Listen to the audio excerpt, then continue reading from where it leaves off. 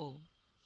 प्रातःकालीन वेला में परमपिता परमेश्वर को स्मरण करते हैं। ओम।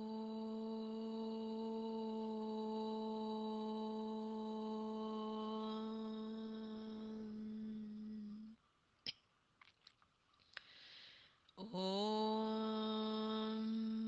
उक्त्वाग्ने दिवे दिवे दोषावस्तर् वयम् नमो भरन्त एमसि नमो भरन्त एमसि। ओम।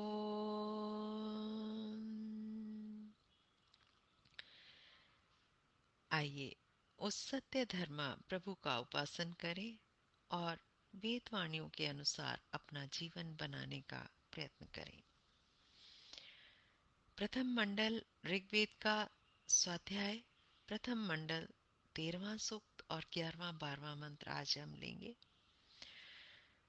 मंत्र को पंडित जी ने शीर्षक दिया है चैतन्य है और 12वें मंत्र को शीर्षक दिया है यज्वा का घर।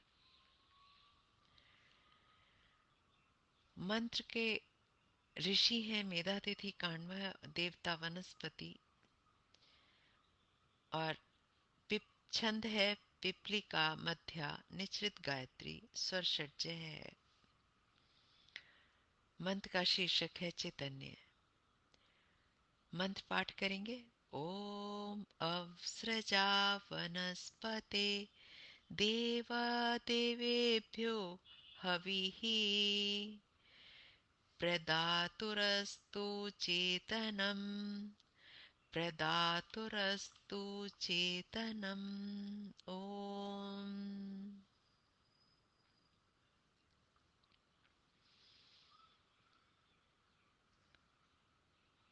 मंत्र का पदार्थ इस प्रकार है। वनस्पति ज्ञान की रश्मियों के स्वामिन, देव सब ज्ञान आदि पदार्थों को देने वाले प्रभु, देवेभ्यः आपकी उपासना से गत मंत्र के अनुसार अस्माकं अस्तु केवलः अर्थात आनंद स्वरूप आपके ही भक्त बनने से दिव्य वृत्तियों को प्राप्त करने वाले हम लोगों के लिए हवि ही दान पूर्वक अदन की वृत्ति को अर्थात अपनी जो आय है उसमें से थोड़ा सा दान करने के पश्चात उसे हम स्वीकार करें, भोगें। वो अदन की वृत्ति है। अवसृजा उत्पन्न कीजिए। आपकी कृपा से आपके दिए हुए ज्ञान के कारण हमें हवि ही की भावना उत्पन्न हो। हम सदा यज्ञशेष का ही सेवन करने वाले हों, यही हवि की भावना है। देव हविर्भुक ही तो होते हैं, हवि का सेवन करने वाले ही होते हैं देव। हे प्रभु, आपकी कृपा से दातु देने वाले का प्रचेतनम प्रकृष्ट चैतन्य हो, अर्थात दान देकर बचे हुए अमृत का सेवन करने वाले की स्मृति सदा स्थिर रहे। वह आत्म स्वरूप को भूले नहीं, मैं कौन हूँ, क्या हूँ। इस स्मृति भ्रंश से ही तो बुद्धि का नाश होकर हमारा नाश हो जाया करता है। स्मृति स्थिर रहेगी तो बुद्धि अविकल होगी और बुद्धि के न चले जाने से हम भी यूं ही न चले जाएंगे। भावार्थ में कहा है, ज्ञान रश्मियों का पति प्रभु हम में यज्ञ शेष के सेवन की वृत्ति को उत्पन्न करे। इस दानशील पुरुष की स्मृति सदा स्थिर रहे, मैं कौन हूं इस बात को भी न भूल जाए। अगला मंत्र यज्वा का घर शीर्षक दिया है। देवता स्वाहा कृत्य है, ऋषि वही है, मेधातिथि काण्व। छंद है पिपलिका, मध्या, निचृत गायत्री और स्वर षड्जय है। मंत्र पाठ करेंगे।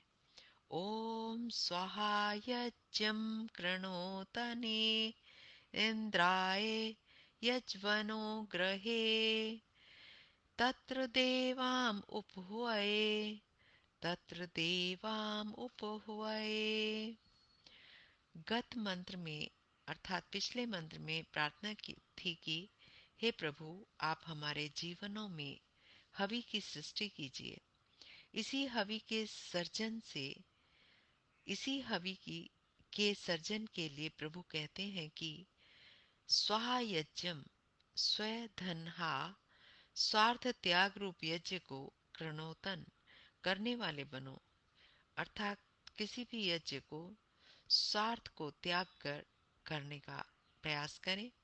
इंद्राय उस परम ऐश्वर्य वाले प्रभु को पाने के लिए तुम जीवात्माओं यजमानः विधि पूर्वक यज्ञ करने वाले के ग्रहे घर में यज्ञों के करने वाले हो। अर्थात हम भी घरों में यज्ञ करें, जो यज्ञ कराना चाहते हैं, लेकिन विधि पूर्वक यज्ञ करें। शास्त्र विधान के अनुसार यज्ञ करने वाला व्यक्ति यज्वा कहलाता है। यज्वा अपने घर में स्वार्थ त्याग रूप यज्ञों को सदा करने वाला बनता है। इन यज्ञों से ही तो वह यज्ञ रूप प्रभु की उपासना करता है। यज्ञेन यज्ञमयजन्त देवाः, इस उपासना से वह उस परम ऐश्वर्यशाली प्रभु को पाने का अधिकारी बनता है।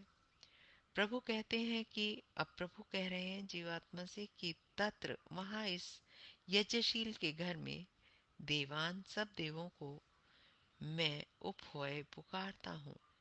अर्थात इस यज्ञशील के घर में दिव्य गुणों का वास होता है।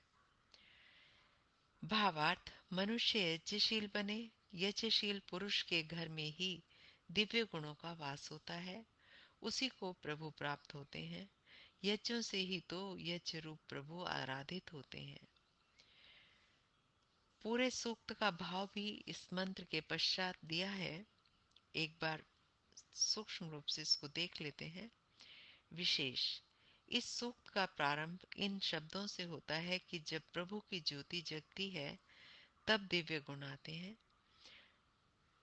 मंत्र 2, प्रभु से जीव का मेल ही मधुमान यज्ञ है। देवों का आगमन स्वस्थ शरीर में ही होता है। मंत्र 3, निर्मल हृदय में अमृत प्रभु का दर्शन होता है। मंत्र 4, अतः हम दिन रात अपने जीवन का सुंदर निर्माण करें। छठे मंत्र में प्राण साधना द्वारा प्रभु से मेल के लिए यत्नशील हों।